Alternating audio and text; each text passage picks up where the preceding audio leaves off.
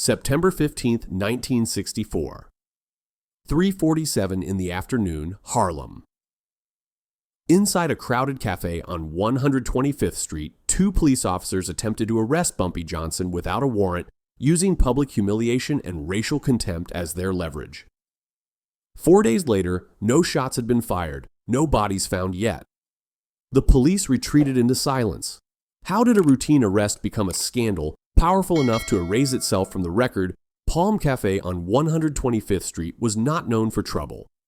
At 3:47 in the afternoon, it was operating exactly as it had countless days before, crowded, noisy, and predictable. The kind of place where routine created confidence and confidence dulled attention. Regular patrons sat at their usual tables and the staff moved with mechanical efficiency. Coffee was poured before it was requested, ashtrays cleared before they filled. Nothing in the room suggested that this afternoon would later be examined or recalled. That sense of repetition created insulation. Not safety, but the belief that familiar spaces were protected from consequence. It was an assumption shared quietly by everyone inside the cafe. At the corner table near the window sat Bumpy Johnson. Witnesses later said his posture showed no urgency or concern, and nothing about his demeanor suggested anticipation. He appeared settled, unguarded, and unconcerned with the room around him. He was not watching the door, and he was not adjusting his position. Men who expect confrontation tend to prepare for it in small, visible ways. He did none of them.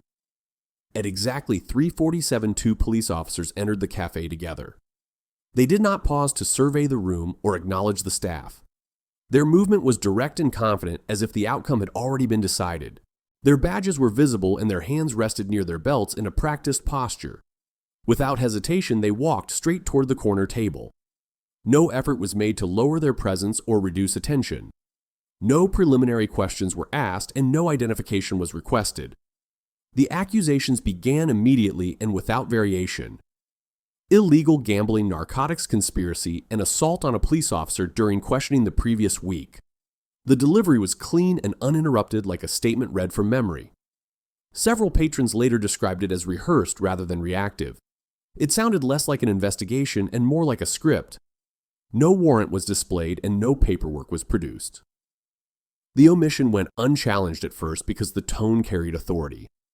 Confidence was being used as a substitute for documentation. The officer delivering the charges raised his voice just enough to control the room. It was not shouting, but it was public. Public accusation relies on exposure as much as enforcement. Johnson did not stand and he did not reach for anything. He looked up once and spoke a single sentence. The question was brief and controlled. Which paycheck came in this week? The words were not loud, but they landed immediately. Conversation in the cafe did not stop all at once. Silence spread unevenly table by table as people registered what had just been said. Several witnesses later described that moment as the point where the encounter changed shape. The question reframed the arrest as a transaction rather than an act of law. It implied motive, not procedure. That implication unsettled the room. One officer's expression changed quickly and anger replaced composure. Racial slurs followed without hesitation and without restraint. They were spoken clearly and audibly, meant to dominate the space. More than one patron later said that was when they understood how protected the officers believed themselves to be. The language carried no caution and no fear of consequence. It was spoken as policy, not impulse. One officer grabbed Johnson's arm abruptly. It was the first physical action taken and appeared unplanned. The movement was meant to assert control. Johnson did not resist, but he did not move. The attempt to pull him from the chair failed. The second officer stepped in to assist. A charge of resisting arrest was added verbally. It was stated as if saying it made it true. The addition appeared designed to justify force retroactively. A cup fell near the counter and no one moved to pick it up. By that point, the cafe had stopped functioning as a cafe. People were no longer eating or speaking. Everyone watched because they understood something important was happening. Not violence, but a test of limits. The room was full of witnesses and everyone knew it. No one intervened and no one raised a voice. Silence settled into the space and stayed there. That silence carried weight. 2 minutes later, the door opened again. Another officer entered the cafe and he was not expected. His presence disrupted the sequence immediately. The balance shifted not because of rank, but because the script had been interrupted. Authority depends on predictability, and predictability had just been broken. The arrest lost momentum in that moment. The officers hesitated, and hesitation was visible. There was no paperwork to fall back on and no documentation to produce. Explanations followed instead. The room remained quiet. Silence now belonged to the witnesses, not the officers. That silence mattered. When the officers finally released their grip, it was not dramatic. It was necessary. The room had turned against them. They issued a warning and promised this was not finished. The words lacked force. Then they turned and walked out of the café. No one followed them. No one spoke. After several seconds, movement returned unevenly, and the room began to breathe again. According to later accounts, Johnson stood and shook the other officer's hand. The exchange was brief and quiet. No one reacted. Nothing else occurred in Palm Cafe that afternoon. No arrests were made and no reports were filed. The cafe returned to routine, but the error had already been committed. It was not the failed arrest itself. It was the decision to perform authority without evidence. 2 minutes after the officers asserted control at the table, the door of the Palm Cafe opened again. The timing was exact enough that several witnesses later questioned whether it was coincidence or forewarning. The man who entered was a detective, and he had not been part of the original approach. He did not raise his voice or announce his presence, and he did not hurry. He walked in at a measured pace, taking in the room before fixing his attention on the officers. That brief pause disrupted the momentum of the arrest attempt in a way no argument could have. Several patrons later said they felt the shift before they understood it. The tension at the table loosened slightly as attention redirected toward the doorway while the confidence of the officers stalled. An unplanned presence had entered what had been a controlled sequence. The detective stopped a few steps from the table and positioned himself where his presence could not be ignored. He did not touch anyone or acknowledge the man seated in the corner chair. His focus remained on the officers, their posture, and the space they were occupying. He asked a single question about the basis for the arrest. The wording was neutral and procedural, stripped of accusation or emotion, and it landed with unusual weight. It was the kind of question that required documentation rather than authority. One officer responded by repeating the accusations that had already been delivered moments earlier. Illegal gambling, narcotics conspiracy, and assault on a police officer during questioning the previous week. The delivery was clean and uninterrupted, like a statement read from memory rather than an assessment formed on the spot. Several patrons later described the tone as rehearsed rather than reactive. It sounded less like an investigation and more like a script familiar to the person delivering it. That distinction lingered in the room, even among those who could not articulate it. The detective did not interrupt or challenge the phrasing. He allowed the statement to end exactly as it began without variation or clarification. When it was finished, he asked to see the warrant. By legal standards, the request was routine. In that room at that moment, it carried disproportionate weight. A warrant would have ended the exchange immediately and returned the scene to its expected conclusion. No warrant was displayed and no paperwork was produced. The omission went unchallenged at first because the tone carried authority, and authority often substitutes for process in public spaces. Confidence was being used as a replacement for documentation. One officer explained that the warrant was back at the precinct. The explanation was delivered calmly, as if procedure could be deferred and retrieved later without consequence. The detective did not accept that premise. He asked whether there was probable cause for a warrantless arrest. The question shifted the encounter from authority to process, from posture to articulation. It demanded specifics that could be examined after the moment had passed. Probable cause requires observable facts tied to specific actions. It requires clarity that can survive review rather than tone that commands compliance. None was offered in response. By then, the cafe had gone completely silent. Even patrons seated far from the table stopped eating and talking, sensing the shift without understanding its mechanics. The room recognized that this was no longer a routine arrest. Several witnesses later recalled this as the moment the outcome became inevitable. Not because of threats or raised voices, but because procedure had entered the room and refused to leave. Once present, it could not be dismissed without consequence. The officers attempted to regain control by accusing the detective of interference. The accusation carried irritation and impatience, but it lacked substance. It relied on rank rather than law, and the difference was becoming visible. Interference assumes that a lawful action is already underway. The problem was that lawfulness had not been established, and repetition could not substitute for proof.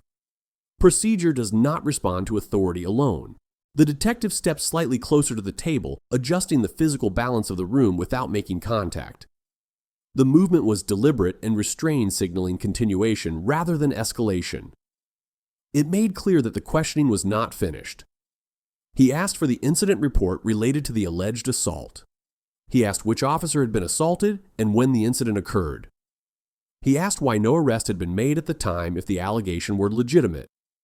Each question followed logically from the last, forming a sequence rather than an attack. Each question went unanswered, widening the silence that followed. The absence of response became part of the record in the minds of those watching. Witnesses later described the room as suspended in place. No one spoke because no one wanted to interrupt the moment or draw attention to themselves. It felt as though the decision had already been made even before it was acknowledged. One officer warned the detective to step aside and allow the arrest to continue. The warning was sharp, but it lacked the certainty it had carried earlier. Authority had begun to erode under examination. The detective replied that he was doing his job, ensuring arrests were lawful and properly documented. He explained that procedure existed to protect everyone in the room, not to obstruct enforcement. The tone remained calm and controlled.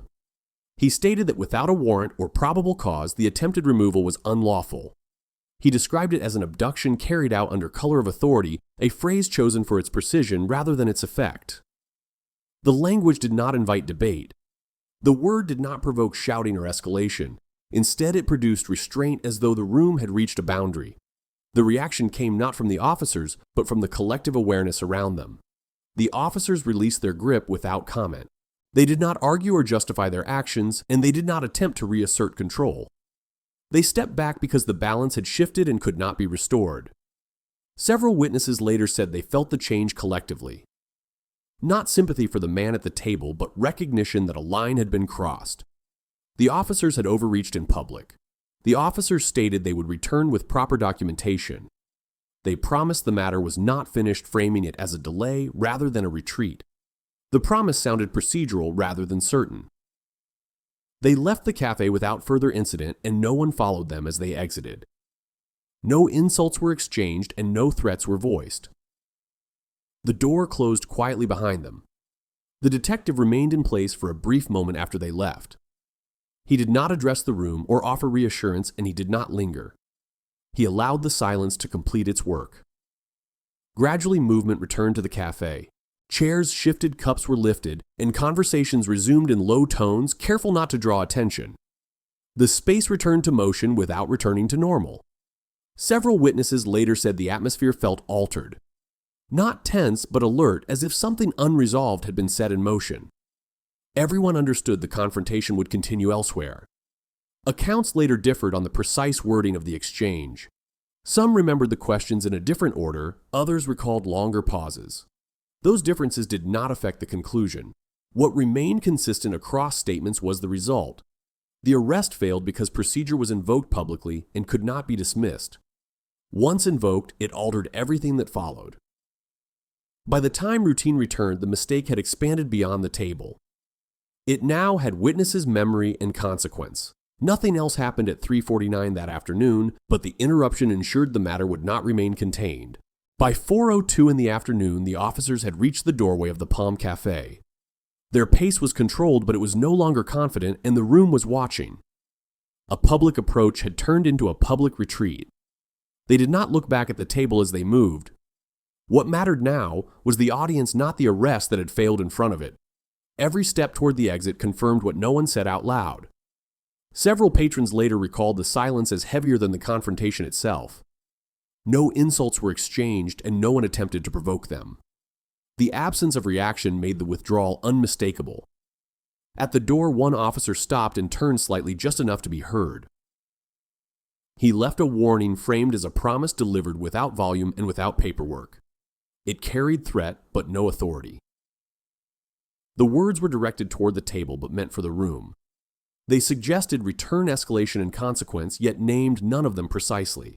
It was the language of power attempting to preserve itself after failure. No badge was raised and no order was given. The warning existed without jurisdiction, unsupported by process. In a legal sense, it meant nothing, which is why it lingered. The officers exited without further comment and the door closed behind them. The cafe did not react immediately, as if waiting to see whether the moment would reverse itself. It did not. Only then did movement return cautious and uneven. Chairs shifted, cups were lifted, and conversations resumed at reduced volume. Everyone understood the scene had ended, but the situation had not. The man at the table stood slowly, not in defiance, but in acknowledgement that the encounter was over. He adjusted his jacket and took a step toward the doorway, then stopped. The exit was no longer the point. The detective approached him briefly, staying close enough that their exchange could not be overheard. There was no introduction and no visible familiarity. The contact was functional, not symbolic. They shook hands quickly without cameras, witnesses, or ceremony. There were no promises made and no expressions of gratitude offered. The gesture marked closure, not alliance. Several witnesses later said the handshake felt deliberate in its brevity. It was not meant to be seen or remembered. It existed only to confirm that something had been settled for the moment. As the detective turned to leave, he paused and leaned in slightly. The warning he offered was not about procedure or paperwork. It was about a name. The name was spoken quietly, almost lost in the ambient noise of the cafe returning to life. It was not repeated and not clarified. Everyone who heard it understood it was not meant to be said aloud. The warning was not framed as fear but as information.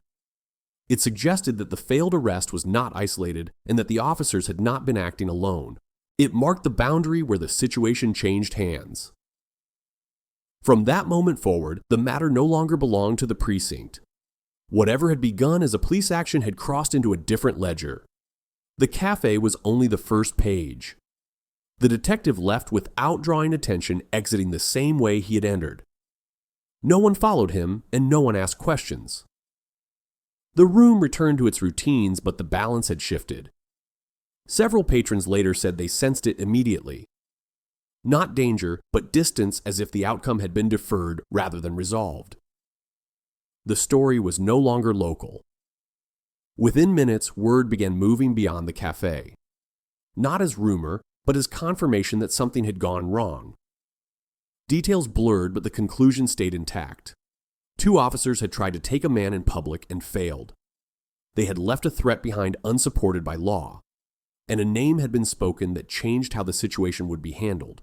By the end of the hour, the incident was no longer discussed as an arrest attempt. It was referred to as a mistake. The distinction mattered. Mistakes invite correction, but they also invite response. And response, once removed from official channels, does not follow procedure. It follows memory. The NYPD did not file a report that afternoon explaining the retreat. No clarification was offered and no follow-up statement was made. Silence became the official position. That silence did not contain the event. It amplified it. The absence of record became part of the record. By nightfall, the failed arrest had acquired weight beyond its facts. It was no longer about gambling charges or paperwork. It was about who had authority to act and who had authority to document. The officer's greatest error was not the lack of a warrant. It was assuming the room would forget what it had seen. Public power rarely survives public contradiction. From that moment on, the situation moved outside the reach of internal discipline. It entered a space governed by leverage, memory, and consequence. The ledger had changed hands. The greatest mistake of power is believing that no one dares to write it down. At 11:15 that night, one officer did not return home. His shift ended on schedule and there were no reports of overtime or reassignment. The absence registered first as inconvenience, not alarm. His car was found where it had been parked earlier that evening, 2 blocks from the precinct. The doors were locked, the windows intact, and the vehicle showed no sign of forced entry. The keys were not missing. There were no marks on the pavement and no witnesses reported a struggle. Nothing suggested urgency or violence. The scene appeared arranged to discourage further questions. When the officer failed to answer his phone, the delay was attributed to routine explanations. Late paperwork, drinks after shift, a decision to cool off before going home. None of those explanations required action. By morning, the explanations no longer held. A missing persons report was filed, but the language was notably restrained. The document avoided timelines, avoided speculation, and avoided naming possible causes. The report described the officer as having left voluntarily and possibly being unreachable due to personal reasons. It did not classify the situation as suspicious. That choice narrowed the scope of response immediately. The report did not mention the events of the afternoon. It did not reference the failed arrest, the public retreat, or the warning left behind. Those omissions were not accidental. Later reviews of the report noted how carefully it had been written. The wording protected the department from escalation while buying time. Time was the only asset left. That same night, according to accounts shared years later, the officer received a message. It was not delivered as a threat or a demand. It was framed as an invitation. The message did not specify consequences. It did not require confirmation. It simply stated that a conversation was necessary and that transportation had already been arranged. Refusal was not presented as an option. The tone implied that declining would only complicate matters. Cooperation, by contrast, was described as simpler. The officer was picked up without urgency and without disguise. The vehicle was unremarkable and did not attract attention. The route taken avoided familiar precinct boundaries. The destination was outside the normal operating habits of the New York Police Department. It was not a holding facility and not a place associated with official questioning. The location had been chosen for its distance from procedure. Those who later spoke about the site described it as clean and quiet. There were no restraints visible and no weapons displayed. The atmosphere was deliberate rather than chaotic. The conversation that followed was not recorded. There was no shouting and no visible injuries reported later. What mattered was the exchange of information, not intimidation. The officer was asked about the arrest attempt earlier that day. He was asked who had authorized it, who had expected it to succeed, and who stood to benefit from it. Each question was specific. He was also asked about patterns, not incidents. Which names appeared repeatedly? Which payments arrived consistently? Which instructions were understood without being written down? According to later accounts, the officer was given time to answer. Silence was allowed and not interrupted. The absence of pressure made resistance unnecessary. When he hesitated, he was reminded that cooperation would be temporary while defiance would be remembered. The distinction was clear. One path ended that night. The officer eventually agreed to talk. He spoke about relationships that were never documented and understandings that never reached official channels. He described systems that operated alongside the department, not within it. What he said aligned with rumors that had circulated quietly for years. Names surfaced that were not surprising, but hearing them spoken aloud carried weight. Documentation would have made it dangerous. The officer was not released immediately. He was told that his statements would be compared with others. Accuracy mattered more than speed. Meanwhile, his continued absence raised questions within the precinct. Supervisors asked carefully worded inquiries but received no actionable answers. The missing report remained unchanged. By the following day, concern had not escalated to urgency. The lack of visible violence had done its work. The situation remained contained by design. Those who later described this phase emphasized its restraint. Nothing about the disappearance appeared dramatic. That was the point. The first car left behind was not a mistake. It was a signal. Clean disappearance communicated control without spectacle. From that moment, the leverage had shifted. What had begun as a public embarrassment was now private exposure.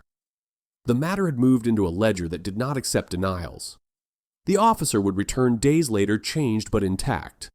His report would be brief and uninformative. The department would accept it without challenge. Years later, when fragments of the story surfaced, they did so cautiously. Memories differed on sequence and detail. The conclusion, however, remained consistent. The arrest attempt had triggered something quieter and far more dangerous.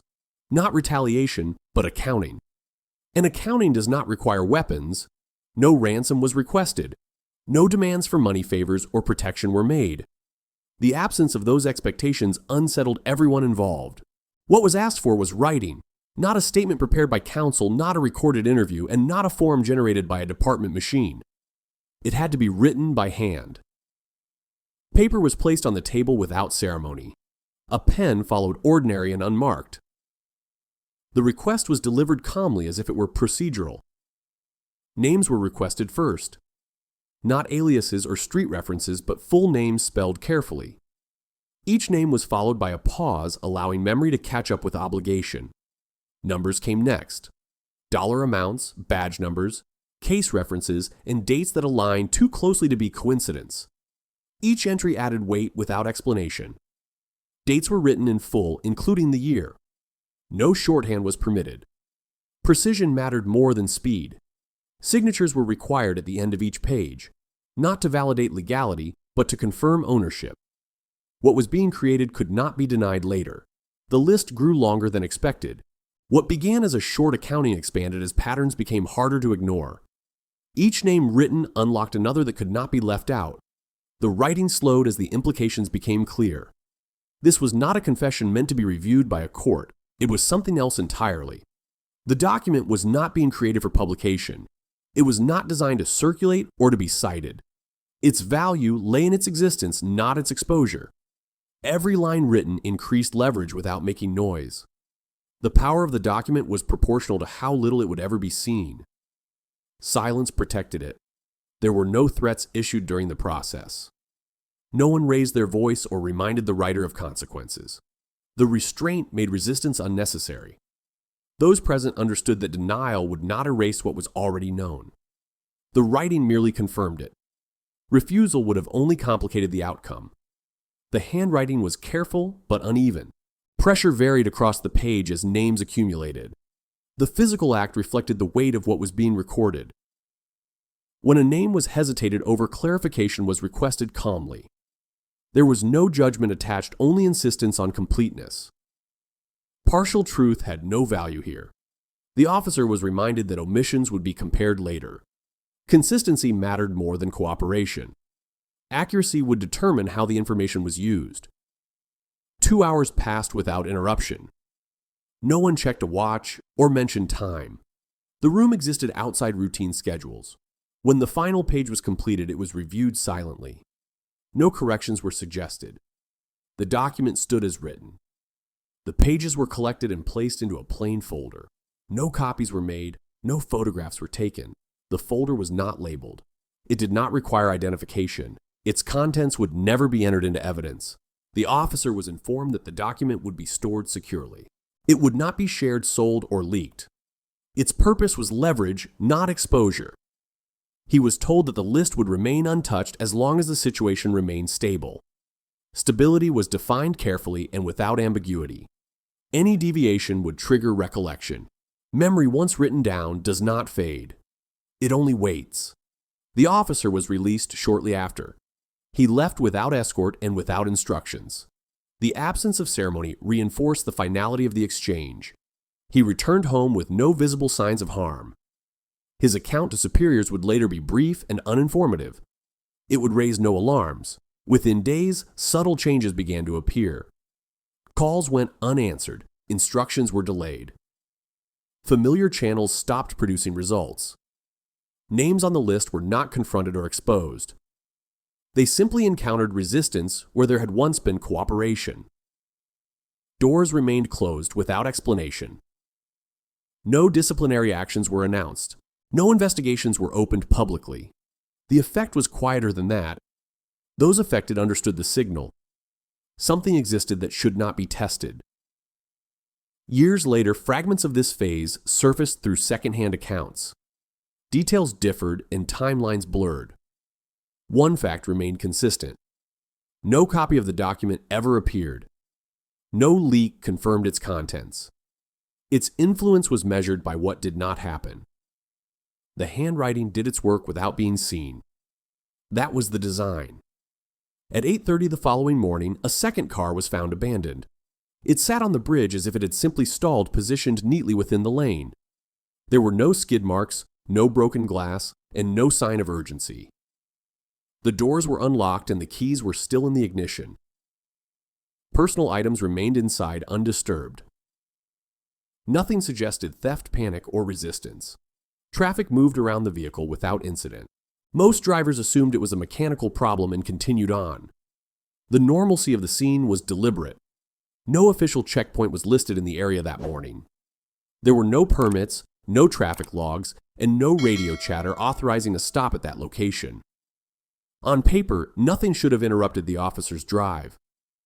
Later accounts described a brief interaction before the car was abandoned. A request to pull over framed as routine. Identification shown questions asked and compliance assumed. Those details never appeared in any report. There was no record of a stop, no description of officers present, and no notation of cause. The absence of documentation was total. When the officer failed to arrive at work, concern remained muted. The previous night's disappearance had already set a pattern. 2 incidents framed as coincidence can still be ignored. By mid-morning, that explanation collapsed. A second absence confirmed design. Whatever was happening was no longer accidental. A second statement was written later that day. It did not repeat the first, but it completed it. Where one account had named participants, the other named mechanisms. The 2 statements aligned without coordination. Dates overlapped, numbers matched. The handwriting differed, but the structure was the same. Each document filled gaps left by the other. Where one hesitated, the second clarified. Together, they formed a system rather than a confession. The combined lists were longer than expected. Nearly half the precinct appeared in some form, whether directly or peripherally. The scale transformed the issue from misconduct into infrastructure. Not all names carried equal weight. Some appeared once and vanished. Others repeated across entries connected to different transactions and different moments. One name surfaced often enough to become impossible to ignore. It appeared across years, across payments, and across instructions that were never written down. Repetition turned rumor into pattern. The documents did not accuse directly. They documented behavior sequence and reward. Interpretation was unnecessary. No effort was made to verify the information immediately. Verification would have required exposure, and exposure was not the objective. Leverage does not announce itself. The second officer was held briefly, then released without explanation. He returned to his routine with a new awareness of boundaries. His account afterward was careful and incomplete. Both cars were eventually retrieved without comment. Neither vehicle became evidence. Neither disappearance was officially connected to the other. Internally, the precinct adjusted without orders being issued. Assignments shifted. Certain names stopped appearing on paperwork. Calls were routed elsewhere. No investigation was announced. No public reform was promised. The changes occurred quietly without documentation. Those affected understood the message. What had been written existed somewhere untouched and unseen. The risk lay not in punishment, but in exposure. The absence of gunfire mattered. No sirens accompanied the change. Nothing forced action in the traditional sense. What compelled compliance was the permanence of handwriting. Ink does not forget. Paper does not recant. Years later, when pieces of this phase were discussed in private conversations, details varied. Some remembered the bridge differently. Others disagreed on timing. The conclusions, however, were consistent. 2 cars abandoned cleanly. 2 statements that fit together too well. A system exposed without a single arrest. The second car was not escalation. It was confirmation. It proved that the first disappearance had not been an anomaly. From that point forward, leverage replaced confrontation. Documentation replaced threat. Silence did the work of enforcement. No one involved ever needed to be reminded again. The records existed, and that was enough. When people begin writing the truth down, guns are no longer necessary. At 2:15 in the afternoon, Johnson walked into the precinct through the front entrance. It was broad daylight, and the lobby was busy with officers, clerks, and civilians waiting their turn. There was no attempt to avoid attention because avoidance would have contradicted the purpose. He did not run, and he did not hide. His pace was steady, measured, and visible to everyone in the room. Several officers recognized him immediately and chose not to react. The briefcase was brown leather, worn, but maintained and carried without tension. It was not heavy enough to suggest cash and not light enough to be empty.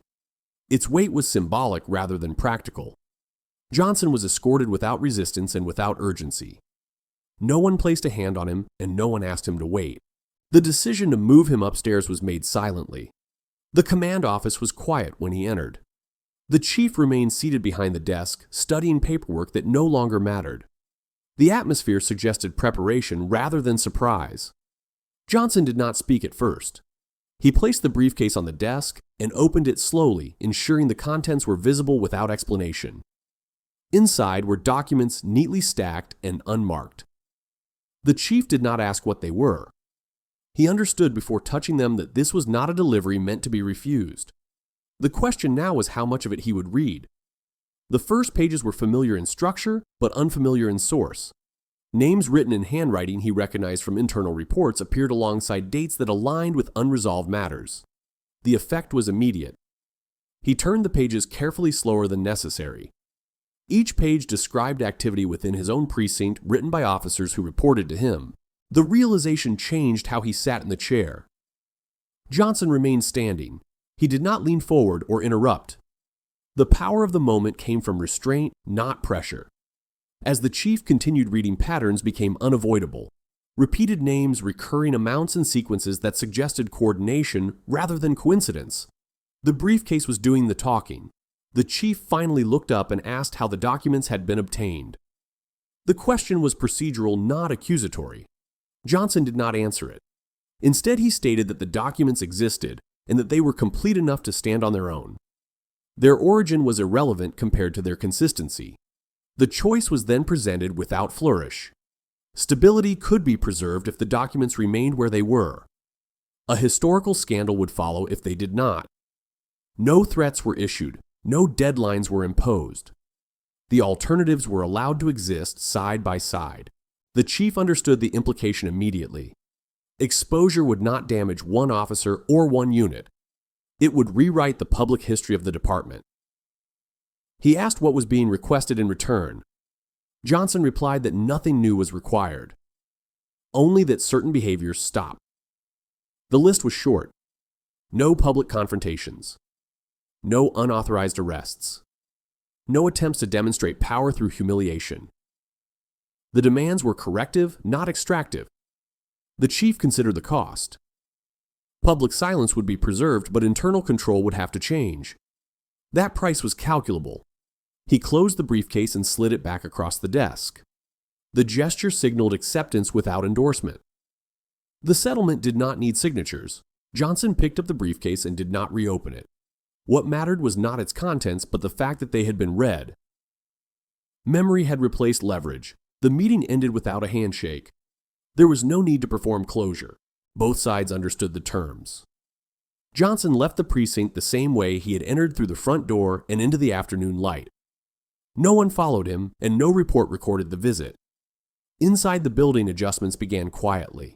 Assignments shifted, promotions stalled, and certain names stopped circulating. The changes were subtle but deliberate. No announcement explained the shift. Silence did the work of policy. What had been negotiated was never acknowledged. Years later, attorneys would refer to the afternoon in private conversations. They spoke carefully, avoiding specifics, and emphasized that no copies ever surfaced. What remained was the outcome. A public arrest attempt had become a private settlement. Power had been confronted without spectacle. The resolution did not end conflict. It redirected it into compliance. That was enough. No arrests were made after the meeting. No handcuffs appeared, and no charges were filed to formalize the resolution. The absence of action was deliberate rather than accidental. There was no public investigation announced in the days that followed. No press conference addressed the failed arrest or the sudden quiet that replaced it. The city was given nothing to react to. No list was released. Names that had once circulated privately did not appear in print or rumor. Silence preserved their weight better than exposure ever could. The precinct returned to routine with small but noticeable adjustments. Certain patrol patterns changed and some assignments quietly disappeared. No memo explained why. A section of the city was left alone. Not officially designated, not publicly acknowledged, but consistently respected. Enforcement slowed without stopping, and scrutiny faded without explanation.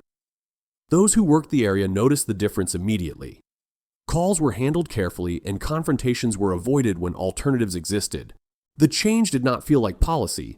It felt like instruction. An internal file was closed without ceremony. It was stamped, dated, and placed where it would not be requested casually. Closure did not mean erasure. The file was never destroyed. It remained intact, preserved by those who understood its value. What is locked away still exists. Within the department, behavior adjusted subtly. Officers learned which actions produced response and which produced silence. Silence proved to be the more durable consequence. There were no warnings issued and no retraining announced. Correction occurred through absence rather than enforcement. People stopped crossing lines because they sensed where they were. The understanding did not require reaffirmation. It lived in memory, reinforced by what never happened afterward. The lack of repetition made it stronger. Years passed without incident. New officers arrived who had never heard the story, yet still operated within its boundaries. Institutional memory does not require explanation. Occasionally, someone would ask why certain approaches were discouraged. The answer was always vague and unrecorded. Vague answers tend to survive longest. The city benefited from the quiet without knowing why.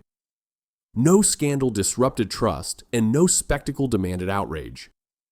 Stability was preserved without celebration. Those closest to the event understood the cost.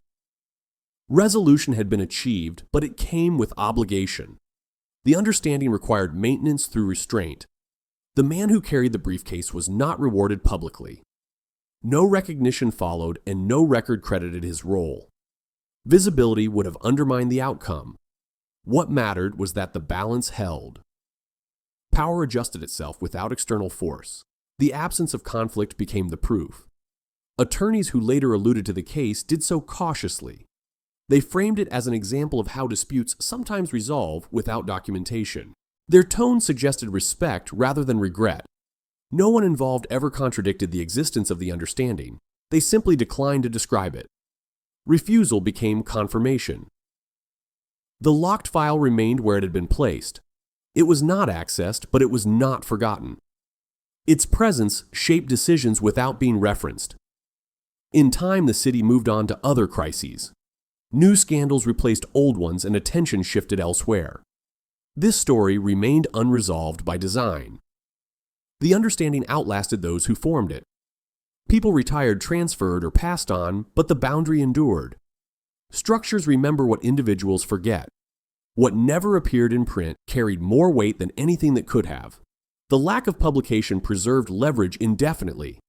Exposure would have ended it. History often records what was said and done. This chapter belonged to what was withheld. The power lay in omission. The story closed without conclusion. It did not need one. The result was already visible in what the city did not see. Sometimes real power resides in what is never published. Two officers returned to work as if nothing unusual had happened. Their names appeared again on schedules and duty logs, clean and ordinary. The week they disappeared never officially existed. No supervisor explained the gap. No report tried to justify it. The system moved forward by pretending it had never paused. After September 1964, Harlem did not suddenly feel safer. The streets still carried danger and injustice did not dissolve overnight. What changed was the air. People sensed that something had shifted beneath the noise. Not a victory, not a reform, but a boundary that had been quietly set.